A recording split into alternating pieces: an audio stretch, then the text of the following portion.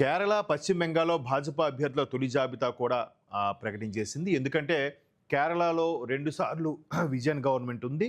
అలాగే మూడోసారి కూడా దక్కించుకోవాలని చూస్తుంది. బట్ భాజపా పాగా వేయాలని చూస్తుంది. అలాగే వెస్ట్ బెంగాల్‌లో కూడా మమతా దీదీ 3 సార్లు ముఖ్యమంత్రి అయ్యారు. నాలుగోసారి కూడా తాపత్రయపడుతున్న నేపథ్యంలో బంగ్లాదేశ్ నుంచి చొరబాటుదారులు ఎక్కువవుతున్న నేపథ్యంలో ఆ చొరబాటుదారులతోనే ఎన్నికల నగారా మోగించి వాళ్ళ ఓట్లతోనే గెలుద్దాం అనుకునే మమతా ఆలోచనలకి కేంద్ర ఎన్నికల సంఘం చెక్ పెట్టింది.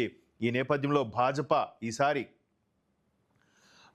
ఖచ్చితంగా బాగా వెయ్యాలని చూస్తుంది. కూటమి ప్రభుత్వం అక్కడికి వస్తేనే, ఎన్డీఏ కూటమి ప్రభుత్వం వస్తేనే వెస్ట్ బెంగాల్లో జరిగే అల్లర్లు కానీ, బంగ్లాదేశ్ నుంచి చొరబాటుదారులు అలాగే అక్కడ జరుగుతున్న దారుణాలకు కూడా అన్నిటికీ చెక్ పెట్టొచ్చు అనే విధంగా ఇప్పుడు రాష్ట్ర వ్యాప్తంగా కాదు, దేశవ్యాప్తంగా కూడా సర్వత్రా చర్చ, సర్వత్రా దృష్టి కూడా వెస్ట్ బెంగాల్ మీదే కేంద్రీకృతమై ఉంది.